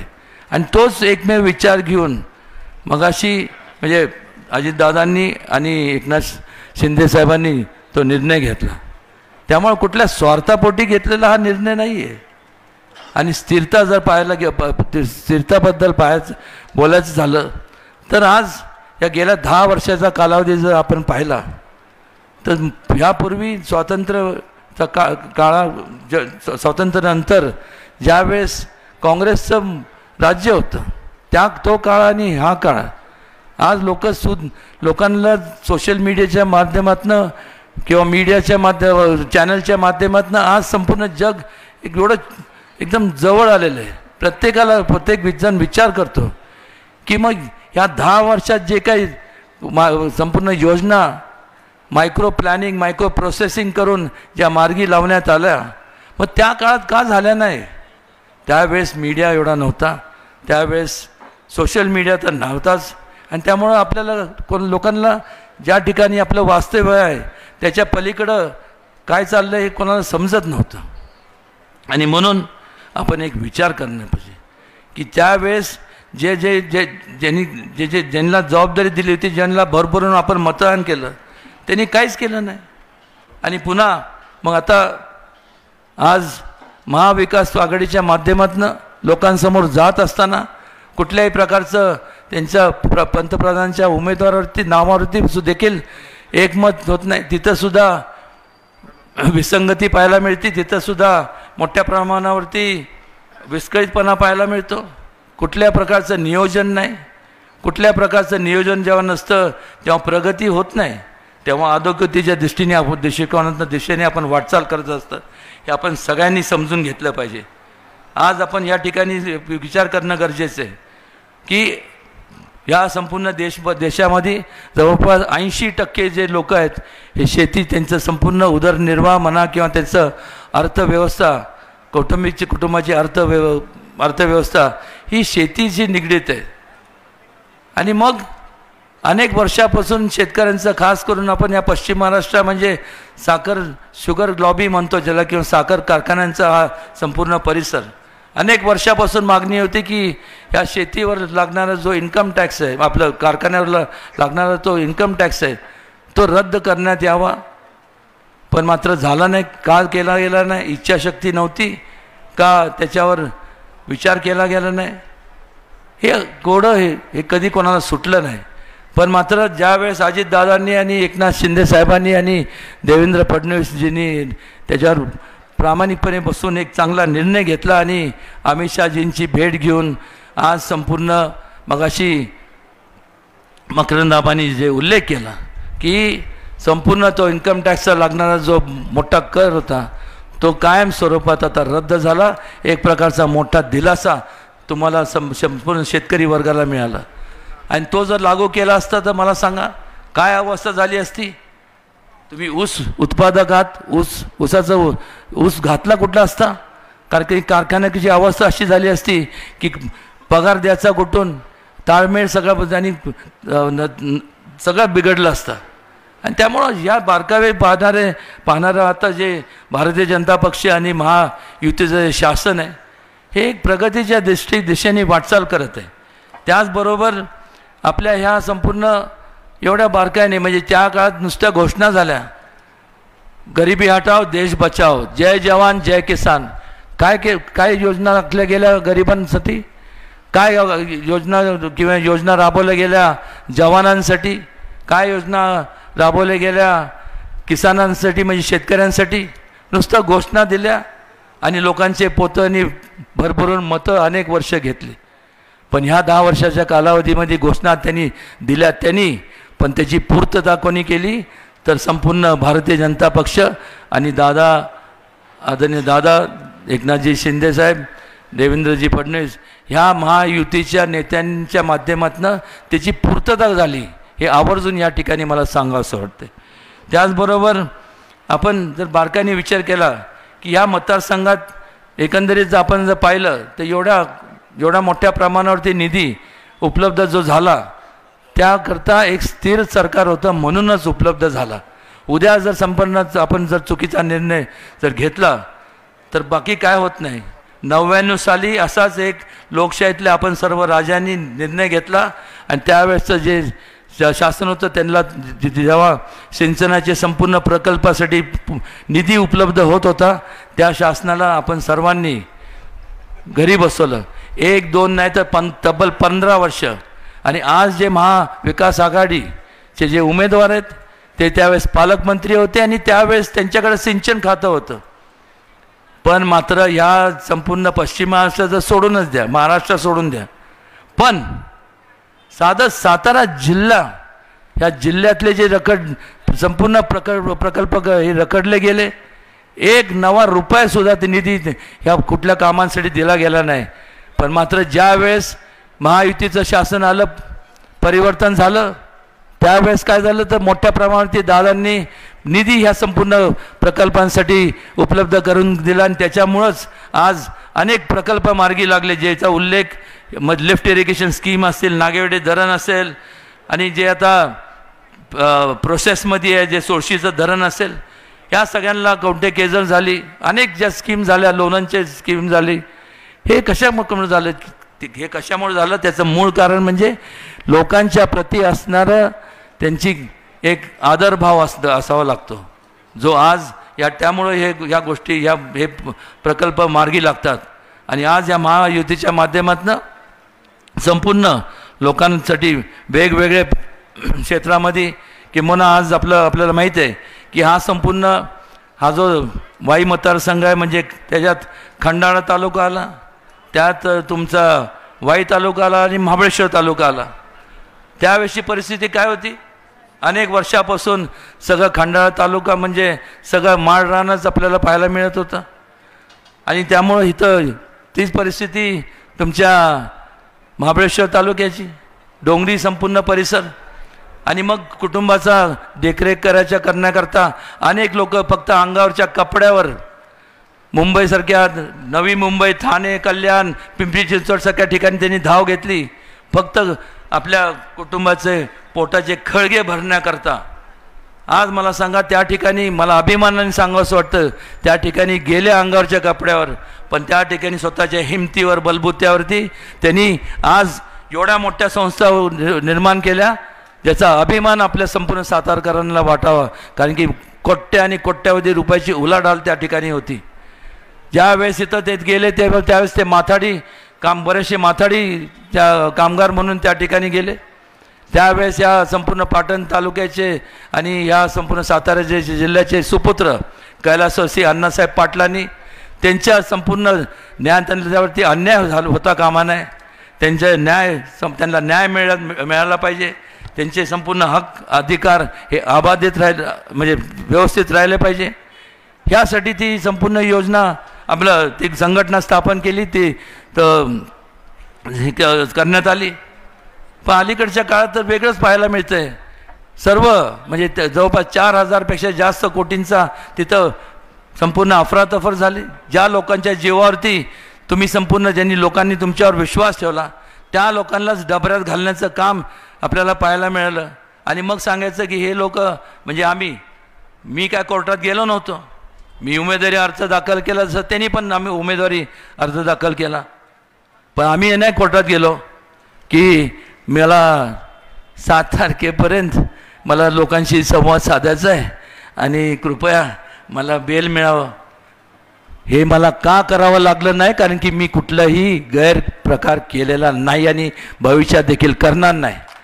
पण ह्यांना ज्या वेळेस अर्ज दाखल करायच्या अगोदर 2 दिवस अगोदर कोर्टात गेले, जर तुम्ही केलं नसेल तर मग तुमचं मन का तुम्हाला खात होतं, जायचं नव्हतं कोर्टात. आणि मग कोर्टात गेले आणि मग त्या ठिकाणी त्यांनी अर्ज दिला की आम्हाला 7 तारखे हे मतदान होतोपर्यंत आम्हाला जामीन देण्यात यावा. कोर्टाने सरळ कागदपत्र काय न्याय देवतं काय जर खोटं जर त्याच्यावरती विश्वास नाही ठेवायचा तर कोणावर ठेवायचा. त्या ठिकाणी हजारो जे माथाडी कामगार आहेत, आज त्यांचा प्रश्न आहे, त्यांनीसुद्धा त्या ठिकाणी समोर त्याची दखल घेतली. आमचे मित्र आणि पाटण तालुक्याचे अण्णासाहेब पाटलांचे सुपुत्र मग नरेंद्र पाटील असतील, रमेश पाटील, त्यांनी मोठ्या प्रमाणात ते आवाज उठवला आणि त्यामुळं त्यांना मी सांगितलं की ही अण्णासाहेब पाटलांचं ह्याला लागलेला हा जो कलंक आहे हा आपल्याला पुसून काढायचा आहे. काय चाललं आहे काय, आणि अशा जर एका बाजूला शिष्टाचार आणि दुसऱ्या बाजूला भ्रष्टाचार, मला तुम्हाला विचारायचं आहे की तुम्ही शिष्टाचाराच्या बाजूने आहात का भ्रष्टाचाराच्या बाजूने? कोणाच्या बाजूने? भ्रष्टाचार, शिष्टाचार ना. हा भ्रष्टाचार जर करायला लागलं तर मग काय मला सांगा ना. एवढी एक छोटीशी मार्केट म्हणजे काय छोटी म्हणजे मोठीच आहे, जर त्या मार्केट कमिटीमध्ये भ्रष्टाचार एवढा झाला तर विचार करा, जर ह्या संपूर्ण मतदारसंघामध्ये खासदार म्हणून येत तर नाही ते सोडून द्या, तर समजा एक असं काल्पनिक विचार करा की त्याला आपण खासदार बनवलं तर काय होणार आहे.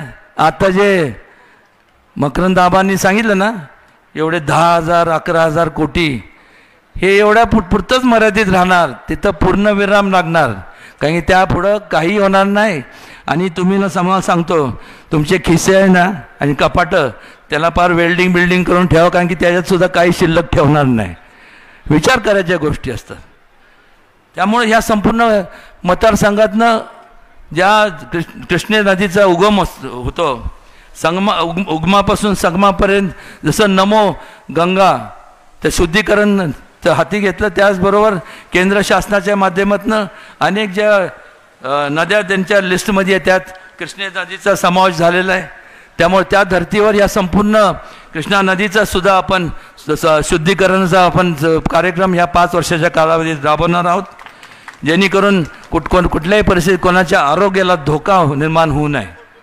आणि त्याचबरोबर ह्या संपूर्ण निसर्गरम्य परिसर आहे, मोठ्या प्रमाणात ते टुरिस्ट केंद्र शासनाच्या माध्यमातून टुरिस्ट फॅसिलिटीज असतात.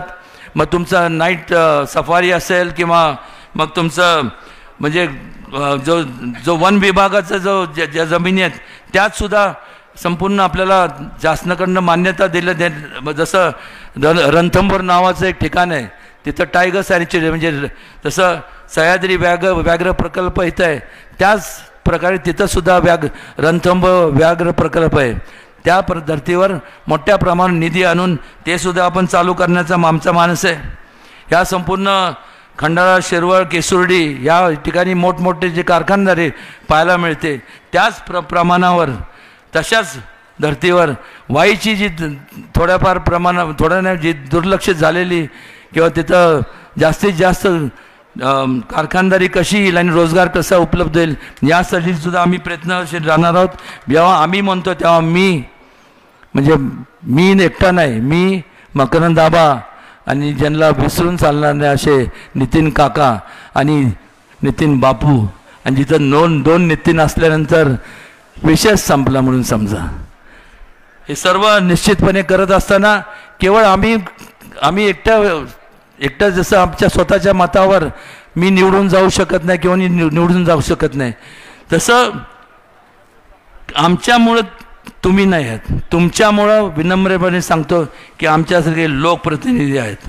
आणि त्यामुळं तुम्हाला विश्वासात घेऊन तुमचा संपूर्ण कुठल्याही प्रकारे तुम्हाला ठेस न लागता किंवा तुम्हाला तुमचं जे मत तुम्ही देता आम्हाला बटन दाबून, त्याच्या एवढंच महत्त्वाचं जर काय असेल तर तुमचं वैचारिक मत म्हणजे तुमच्या सूचना असतील त्यासुद्धा महत्त्वाच्या आहे. आणि त्यामुळे तुम्ही एक लक्षात घेतलं पाहिजे, निवडून दिल्यानंतर तुमचं जबाबदारी संपत नाही, त्यातून चालू होती.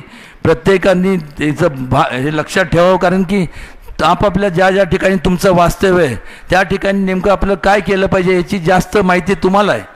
तशा सूचना आम्हाला दिल्यात. आता निश्चितपणे त्याच्यावरती केंद्र शासनाच्या आणि राज्य शासनाच्या माध्यमातून मी आणि मकरंदाबा आम्ही हातात हात घालून निश्चितपणे त्या पूर्ण तस नेऊ, एवढं या ठिकाणी आवर्जून सांगा असं वाटतं. आणि त्याचबरोबर आपल्याला माहिती आहे की स्ट्रॉबेरी, आलं आणि हळद मोठ्या प्रमाणावरती ह्या ठिकाणी त्याचं इथं उत्पादन होतं. याकरता संशोधन केंद्र त्या ठिकाणी केंद्र शासनाच्या माध्यमातून उभे केले जातील, हे सुद्धा सांगावंसं वाटतं. तीर्थक्षेत्राच्या बाबतीत बोलत झालं तर क्षेत्र महाबळेश्वर, मांढरदेवी असेल, धोम, वाई, प्रतापगडचा आणि ह्या संपूर्ण याचा एक आराखडा तयार करून ह्याच्या डेव्हलपमेंट करता सो देखील संपूर्ण प्रयत्न करणार. मकरंदाबा तर निश्चितपणे त्यांनी ती प्रक्रिया चालू केलेली आहे. माझ्या परीने जेवढं काय हातभार लावता येईल, जेवढं काय करता येईल त्यात कुठं कमी पडणार नाही.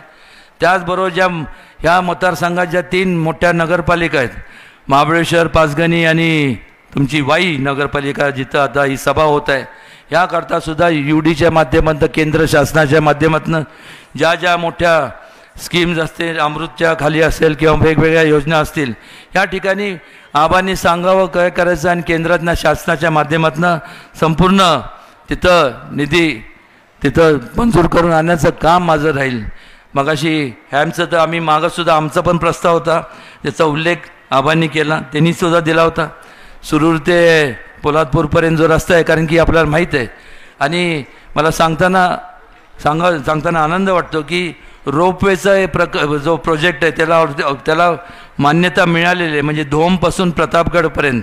पण आता फक्त राहिलं होतं, मी नितीन गडकरींशी बोलत असताना मी त्यांना सांगितलं की ते लवकर आम्हाला निधी उपलब्ध करून घ्या. पण दादा त्यावेळेस मला नितीनजींनी सांगितलं की ते महाराष्ट्र शासन ते करणार आहेत, त्यामुळं आपण ते म्हणजे लक्ष देऊन दिलं तर निश्चितपणे ते होईल याची मला खात्री आहे. आणि त्याचबरोबर एक सांगतो, मगाशी स्वाभाविक आहे प्रत्येकाला महत्त्वाकांक्षा असणं, आणि का नसाव्यात, का उदयनराजेंनीच त्या पदावर राहावं, का दुसरं कोणी नाही. आणि त्यामुळं नितीन काकांशी सुद्धा एक भावना होती की आपल्याला पण म्हणजे ॲम्बिशन प्रत्येकाला जर नसली तर मग आपण आयुष्यात कुठं पोचूच शकत नाही. आणि त्या हिशोबाने मी दादांना विनंती करणार आहे की दादा, नितीनसारखा एक चांगला उमदा असं एक नेतृत्व आहे, त्याला ह्या बाबतीत योग्य ते आणि महत्त्वाचं स्थान आपण देण्याचं काम करावं, ही विनंती संपूर्ण ह्या मतदारसंघ आणि संपूर्ण सातारा जिल्ह्याच्या वतीने आपल्याकडं मी करतोय. बराच वेळ झाला त्यामुळे मी आपला फारसा वेळ घेणार नाही. दादांचं आपल्याला मार्गदर्शन ऐकायचं आहे. आणि पुन्हा एकदा आपल्या सगळ्यांचं मनापासून आभार आणि धन्यवाद. जय हिंद, जय महाराष्ट्र, जय शिवराय.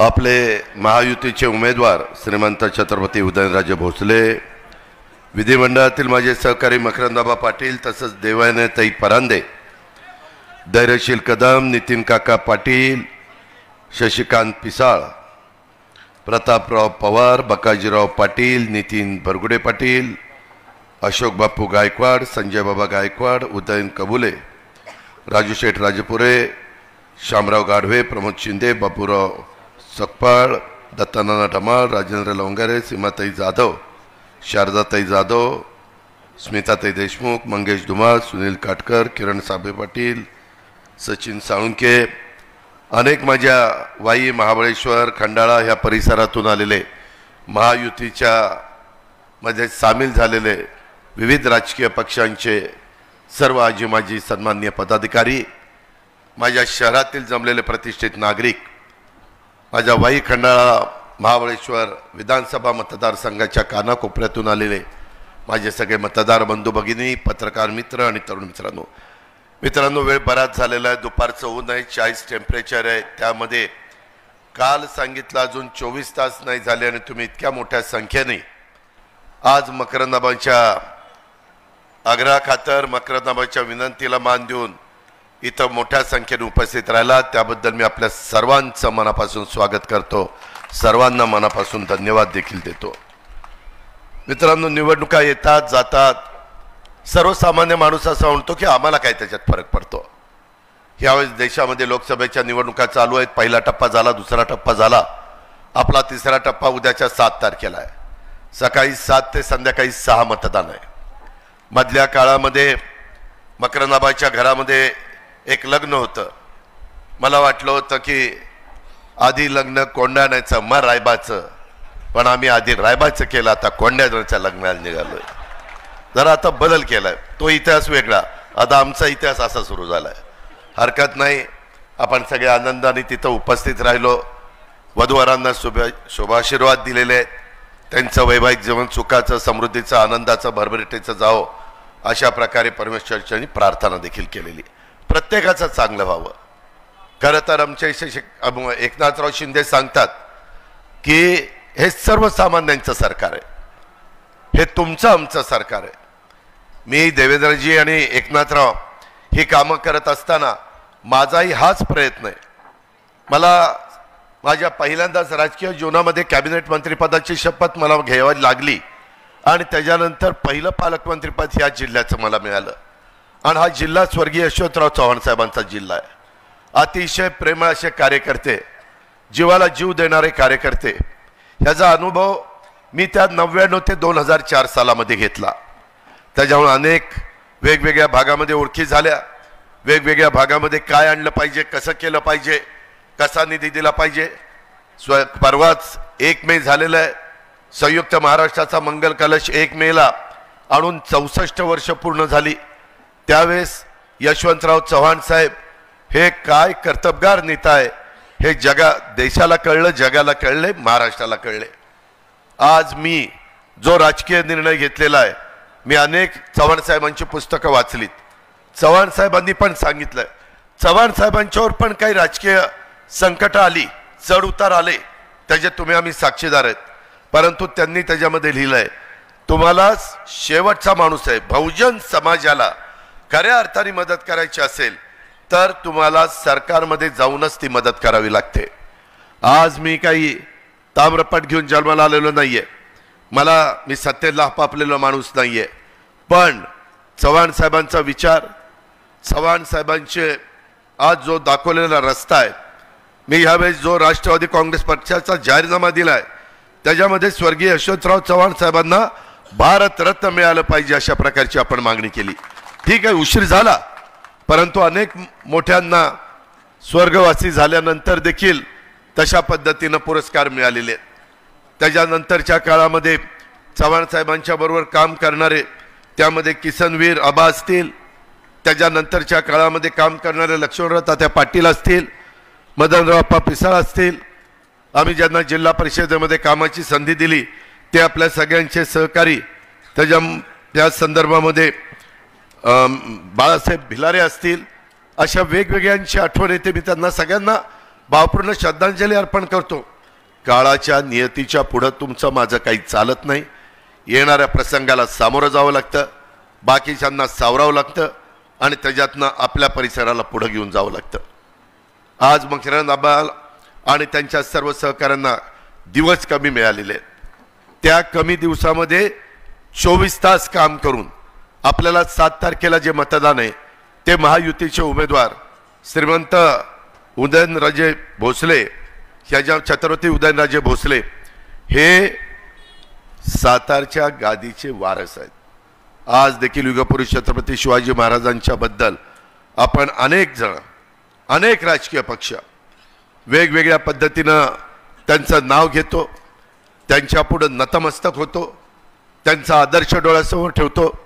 आम्ही सतत सांगतो की 18 पगड जाती 12 बलुतेदारांना एकत्र घेऊन, मावळ्यांना बरोबर घेऊन महाराजांनी त्या काळामध्ये हिंदवी स्वराज्याची स्थापना केली आणि तो आदर्श आपल्या सगळ्यांच्या समोर आहे. त्यामुळं इथून पुढच्या काळामध्ये देखील काम करत असताना आपल्याला तुम्ही बाकीचा काही विचार करू नका, कामाच्या बद्दल तुम्ही आमच्यावर सोडा. मी राज्य मंत्रिमंडळामध्ये गेल्यानंतर अनेक इथं बसणाऱ्या मान्यवरांना माहिती आहे, कदाचित तुम्हालाही माहिती असेल, मी इथं मेडिकल कॉलेज सरकारचा आणायचा प्रयत्न केला, थोडा उशीर झाला, जागा मिळाला, नंतर जागा घेतली, काम सुरू झालं. मित्रांनो, विकासाकरता आपण काम करूया. मी आज तुमच्याकडं विकासाकरता मतं मागायला आलेलो आहे. आज मोदी साहेबांना देशाचे विकास पुरुष म्हणून ओळखलं जातं. जगामध्ये जेवढे राजकीय पक्ष आहेत त्याच्यामध्ये सर्वात लोकप्रिय राजकीय नेता कोण आहेत तर ते नरेंद्र मोदी साहेब आहेत. ही काळ्या दगडावरची पांढरी रेघ आहे. हे असं असल्यामुळं एक एक खासदार त्यांना पाठिंबा देण्याच्या करता दिल्लीला गेला पाहिजे. मगाशी बोलत असताना मी त्या ठिकाणी अशोक बापू गायकवाडांचं भाषण ऐकत होतो. कारण नसताना अनेक पंतप्रधान होऊन गेले. मला वाईकरांनो, महाबळेश्वरकरांनो, खंडाळाकरांनो एक सांगा रे, राहुल गांधींवर बोफरचा आरोप झाला, डॉक्टर मनमोहन सिंगांच्या वर देखील सॉरी मी चुकून राहुल म्हणलं, राजीव गांधींच्यावर, स्वर्गीय राजीव गांधींच्यावर बोफरचा आरोप झाला. करेक्शन केल्याबद्दल धन्यवाद. नाही तर तेवढंच दाखवत बसले असते, अजित कसा चुकला, अजित कसा चुकला. त्यांना दुसरं काय कळतंय. Breaking news, breaking news. राजीवच्या ऐवजी राहुलचं नाव घेतलं. अरे ठीक आहे ना, त्याच्याच पोराचं घेतलं ना, आता बापाचं घेतो. काय बाप, ताटात काय वाटीत काय, परंतु स्वर्गीय राजीव गांधी. मित्रांनो, त्यामध्ये मी आपल्याला सांगतो त्यांच्यावर पण बोफरचा आरोप झाला. मी त्यांनी मला तिकीट दिलं होतं 91 साली बारामती लोकसभा मतदारसंघाचं, नंतर एक दुःखद घटना घडली आणि राजूजी आपल्यातनं निघून गेले. पण त्याच्या आधी मिस्टर क्लीन अशा प्रकारची त्यांची इमेज होती. तरी देखील बोफोरचा आरोप, त्याच्यातनं त्यांना सत्ता सोडावी लागली. डॉक्टर मनमोहन सिंगांना 2G ते तरी एवढं फेमस झालं की विचारताच सोय नाही. हां, कोळसा नाही, ते आता 2G झाल्यावर कोळसा, कारण कोळसा काळा असतो ना, जरा नंतर कोळसा. त्याच्यामध्ये कोळसा घोटाळा, ज्या माईन्स आहेत खाणीच्या बद्दल त्यांना ॲफिडेव्हिट द्यावं लागलं, त्यांचं म्हणणं मांडावं लागलं. मित्रांनो, एक गोष्ट मान्य केली पाहिजे, माझी विचारधारा वेगळी आहे. मी शिवशाहू फुले आंबेडकरांच्या विचारधारेचा आमचा राष्ट्रवादी काँग्रेस पक्ष आणि आम्ही सगळे कार्यकर्ते आहोत. पण कधी कधी 2 पावलं पुढं मागे सरकावं लागतं. आम्ही 19ला नेत्यांनी सांगितलं, साहेबांनी सांगितलं, नाही आता उद्धव ठाकरेंच्या बरोबर जायचं. आम्ही गप गुमानो, राजीनामा दिला, उद्धव ठाकरेंच्यावर गेलं. मला सांगितलं त्यांच्या अजिबात तक्रार येता का म्हणे. 2.5 वर्ष असं काम केलं, मकरंद आबाला विचारा, एक तक्रार जाऊन दिली नाही. उलट ते म्हणले, राव तू लयच चांगला आहे. म्हटलं तुम्हाला नंतर कळलं हो, मी लयच चांगला आहे. आधी कळलं असतं तर आपण दोघं कवाच कुठे गेलो असतो. पण हरकत नाही, तो विषय इथला नाही आहे. माझं तुम्हाला हे सांगणं आहे की त्या संदर्भामध्ये ज्या ज्या गोष्टी सांगितल्या तशा आम्ही केल्या, परंतु 10 वर्षाच्या कारकिर्दीमध्ये पंतप्रधान नरेंद्र मोदी साहेबांच्यावर एक एवढा देखील शिंतोडा उडवल्याचं कोणाचं उदाहरण दाखवता येणार नाही. हे आपण मान्य केलं पाहिजे. आज आपल्या आजूबाजूची राष्ट्र जे पाकिस्तान कुरघुडे करायचं, पुलवामाला असा दणका दिला की पुन्हा पाकिस्ताननी आपल्याकडे बघितलंच नाही, गपगार शांत बसलाय.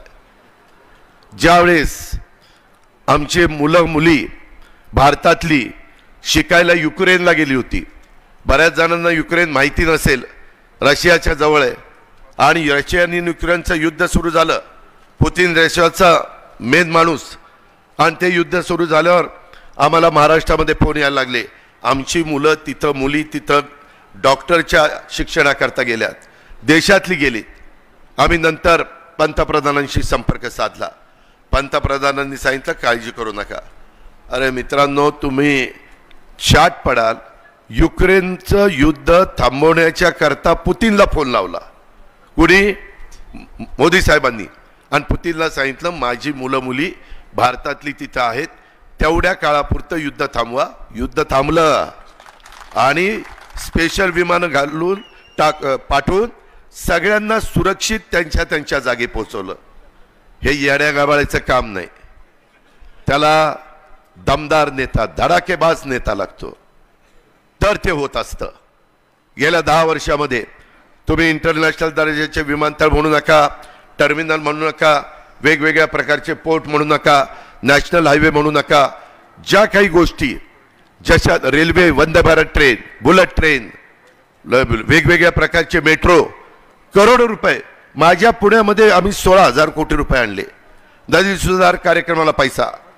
मित्रांनो, मी राज्याचा निधी मकरंदाबाला दिला, त्याच्यामध्ये मला एकनाथराव आणि देवेंद्रजींनी मदत केली, पण फक्त तो राज्याचा आहे.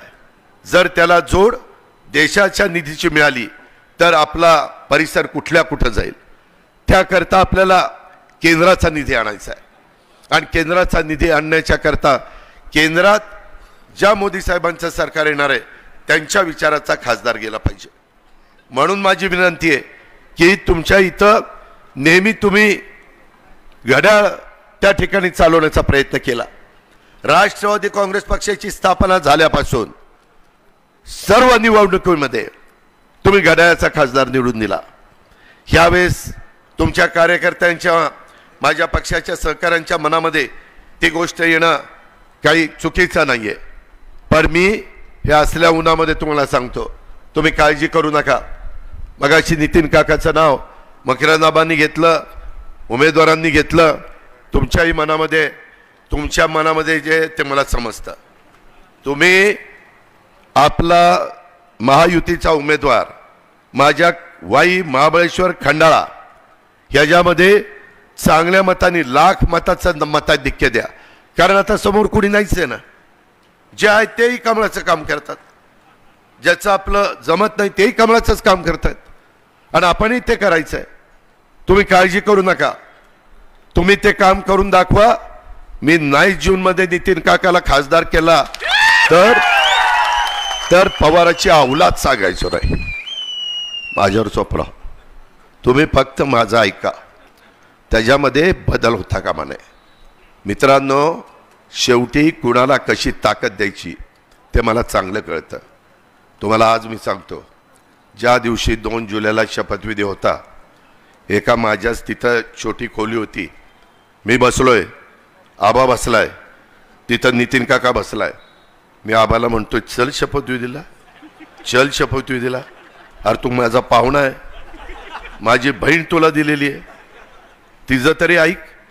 नाही राव दादा, आईला विचारल्याशिवाय नाही, कार्यकर्त्यांना विचार. अरे म्हणलं, नेत्यांनी सारखं सारखं कार्यकर्त्याला विचारायचं नसतं. जेव्हा नेत्याला गरज असते तेव्हाच कार्यकर्त्याला विचारायचं असतं. आज आपण शपथविधी घेऊ. 10 मला मंत्रिपदं मिळालेली आहेत. मला सातारला मंत्रिपद द्यायचं आहे.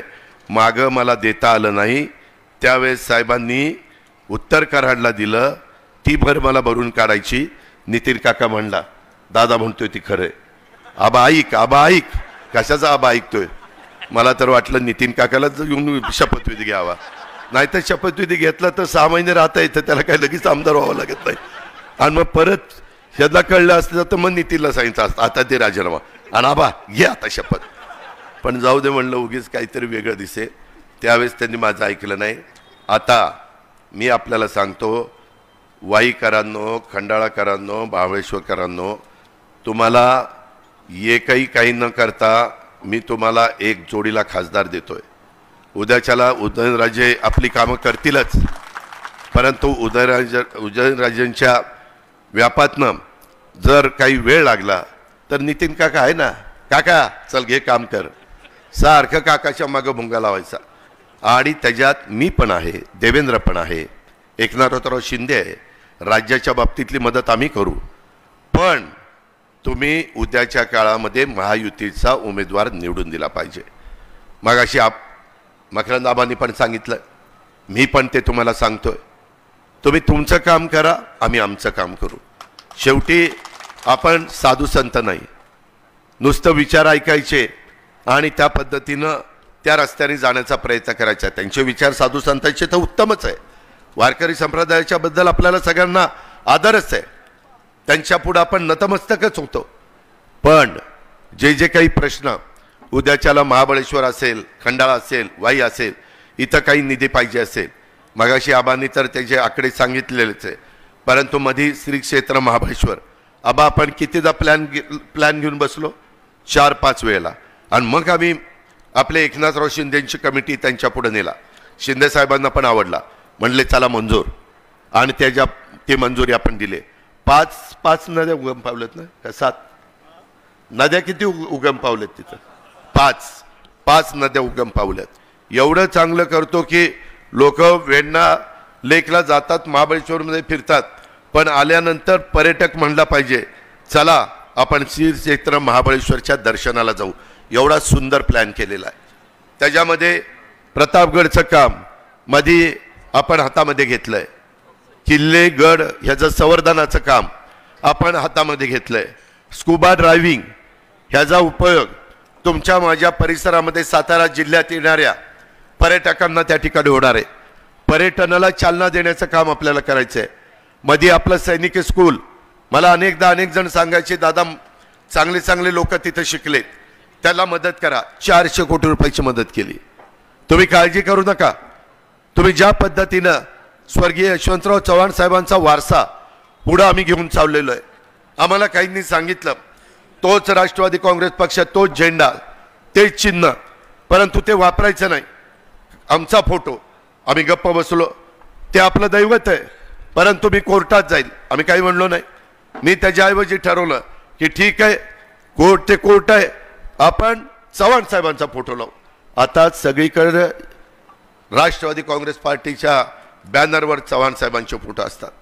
मित्रांनो, शेवटी अशा प्रकारची माणसं क्वचितच जन्माला येत असतात. ती त्यांना दैवी देणगी असती, त्याचा आदर आपण सगळ्यांनी करायचा असतो. जे काही 2 कारखान्याच्या बद्दल आबांनी उल्लेख केला, मी म्हणत होतो अरे नको घेऊ, मला ह्याच्यातली माहिती आहे.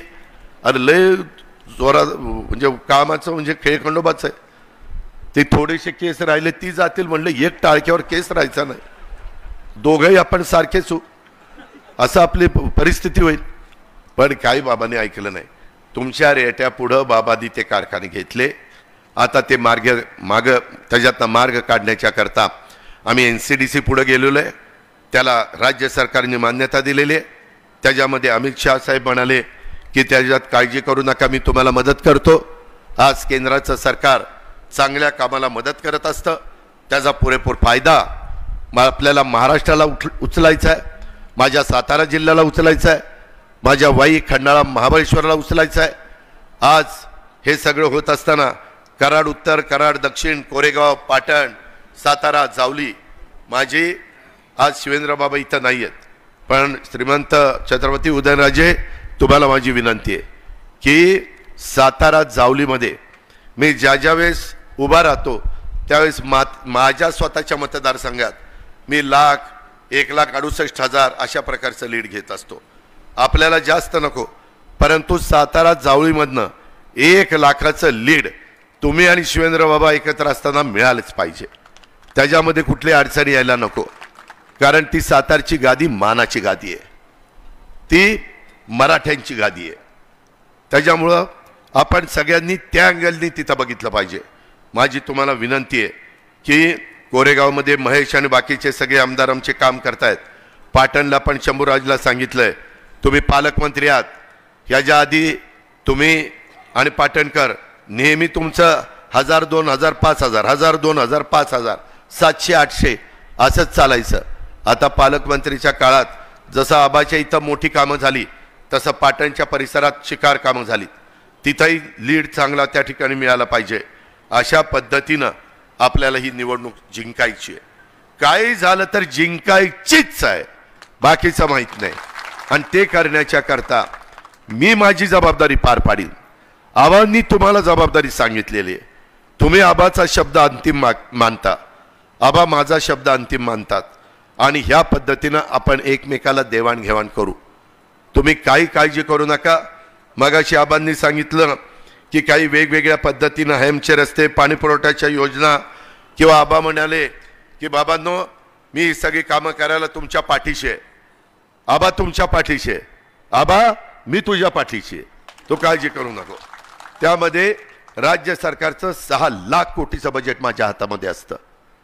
ते बजेट कुणाला किती द्यायचं हे एकनाथराव आणि देवेंद्रचा अधिकार आहेच, तो मी कधीच नाकारत नाही, परंतु माझ्याकडनं फाईल जाते त्यावेळेस मी त्या ठिकाणी आपल्याला देण्याचं काम करत असतो विकास कामाला. इथं आमच्या देवानीताई पण बसलेल्या आहेत. शेवटी देवानीताई पंगत बसली की वाढपी ओळखीचा असला पाहिजे, म्हणजे जरा जास्त मिळतं. आता मागं ज्यावेळेस महाविकास आघाडीत होतो त्यावेळेस देवानीताई तिथं आल्या तर मी नुसता बघायचो, काहीतरी टाकल्यासारखं करायचो आणि पुढं जायचो. आता आम्ही महायुतीत आहे, आता आपण बरोबर आहोत.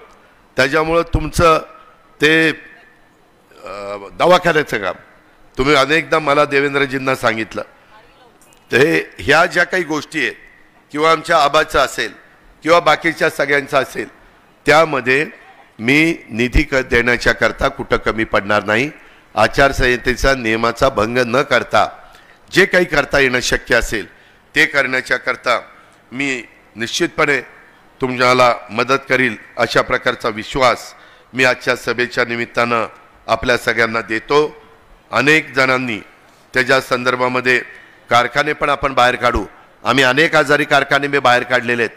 हे काही आपल्याला फार जड काम नाही आहे, फक्त कठोर भूमिका घ्यावी लागते, फक्त कडक वागावं लागतं. आणि लोकांनी पण हे आपल्याकरता करतोय, हे समाजाच्या भल्याकरता करतोय अशा प्रकारची एक जाणीव त्यांनी त्या ठिकाणी मनामध्ये ठेवली पाहिजे. मी मगाशी सांगत होतो, इथं मला काही माझे मुस्लिम बांधव दिसत आहेत. मित्रांनो, आम्ही महायुतीचं सरकार आलं ते आल्यानंतर मी मौलाना आझाद महामंडळाला निधी भाग भांडवल 1000 कोटी रुपये केलं. 1000 कोटी रुपये काँग्रेसवाल्यांनी पण कधी त्यांच्या राजवटीमध्ये केलं नाही. माझ्या मुस्लिम बांधवांना तिथं माझे युवक युवतींना पण मदत व्हावी, त्याच्यामध्ये त्याच्या संदर्भामध्ये कुठली अडचण येऊ नये, त्यांची कर्ज प्रकरण व्हावी, त्यांच्या वक्फ बोर्डाच्या जमिनी ह्या सुरक्षित राहाव्यात, अशा खूप काही गोष्टी आम्ही केलेल्या आहेत. आणि आम्ही सगळ्यांना बरोबर घेऊन पुढे चाललोय. त्याबद्दल कुणी मनामध्ये यत्किंचितही शंका मनामध्ये आणू नका. माझ्या वाई शहराचा, महाबळेश्वरचा, पाचगणीचा विकास करण्याच्या दृष्टिकोनातनं तिथं पण निधी एकनाथराव शिंदे आपलेच सुपुत्र आहेत, त्याच्यामध्ये आपल्याच सातारा जिल्ह्यामध्ये आहेत आणि त्याच्यावर त्यांचंही आपल्याला मदत असते, तेही आबाला मदत करतात, मी पण आबाला मदत करतो. पण बाबांनो, आज तारीख 4 आहे, 5 आणि 6 2च दिवस हातात आहे, 7ला मतदान आहे. कृपा करा, पायाला भिंगरी बांधल्यासारखं माझ्या विशेषतः राष्ट्रवादी काँग्रेस पक्षाच्या कार्यकर्त्यांनी, भाजप त्यांची जबाबदारी पार पाडेल, RPI आठवले त्यांची जबाबदारी पार पाडेल, त्याच्यामध्ये रासपा असेल, शिवसेना असेल, ते पण त्यांचं काम करतील. परंतु कुठं राष्ट्रवादी काँग्रेस पक्षाचा कार्यकर्ता कमी पडलाय अशा प्रकारचं चित्र माझ्यासारख्या कार्यकर्त्याला बघण्याची वेळ येता कामा नये, हीच मी आजच्या जाहीर सभेच्या निमित्तानं तुम्हाला सगळ्यांना आग्रहाची, नम्रतेची, कळकळीची विनंती करतो. कोयना धरणग्रस्त आणि अभयारण्यग्रस्त यांच्याही काही प्रश्न चैतन्य दळवीने मला दिलेले आहेत, त्यांनाही मी विश्वास देतो की त्या प्रश्नाच्या करता मदत पुनर्वसन माझ्याच जवळचा अनिल भाईदास पाटील ह्याच्याकडे आहे, त्याच्यावर त्यांना घेऊन आपण ती पण मीटिंग लावू. आणि त्याच्यातनं मागं ज्या मीटिंग लावल्या चैतन्य तुला माहिती आहे त्या मीटिंग माझ्या स्तरावर झालेल्या आहेत, त्याच्याकरता राहिलेलेही प्रश्न माझ्या धरणग्रस्तांचे मी मार्गी लावण्याच्या करता आचारसंहिता संपली की आपण त्याच्यामध्ये पुढे जाऊ अशा प्रकारचा शब्द मी आपल्याला सगळ्यांना देतो. अधिक न बोलता पण एवढ्या मोठ्या संख्येने आला आणि या सभेला उपस्थिती दाखवली त्याबद्दल तुम्ही काळजी करू नका. जरी राजेंना तिकीट गेलेलं असलं तरी देखील बाकीची जबाबदारी माझ्यावर मी घेतलेली आहे.